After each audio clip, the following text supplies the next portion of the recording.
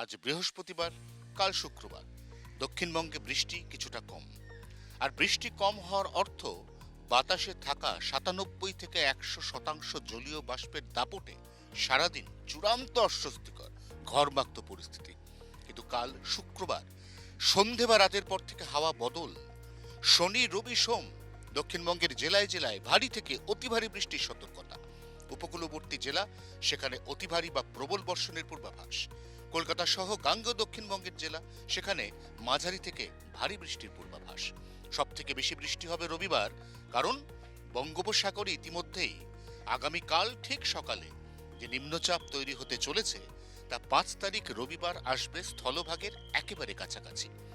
এটি আসবে মূলত পশ্চিমবঙ্গ এবং বাংলাদেশের সুন্দরবন লাগোয়া এলাকার খুব কাছে। তার প্রভাবে উত্তর 24 পরগনা, দক্ষিণ 24 পরগনা, পূর্ব মেদিনীপুর, পশ্চিম মেদিনীপুর, ঝাড়গ্রাম, কলকাতা এই সমস্ত জেলাতে ঘুরিয়ে ফিরিয়ে হালকা থেকে মাঝারি এবং তারপর রবিবারের পর থেকে কয়েক দফা ভারী বর্ষণের পূর্বাভাস রয়েছে।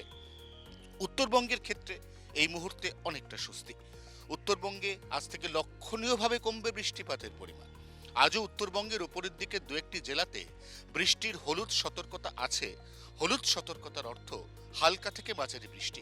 কিন্তু আগামীকাল এবং পরশু উত্তরবঙ্গের কোনো জেলায় সেই অর্থে উল্লেখযোগ্য কোনো বৃষ্টিপাতের সতর্কতা নেই। অর্থাৎ এবার উত্তরে বৃষ্টি কম এবং দক্ষিণে অতিবৃষ্টির আশঙ্কা।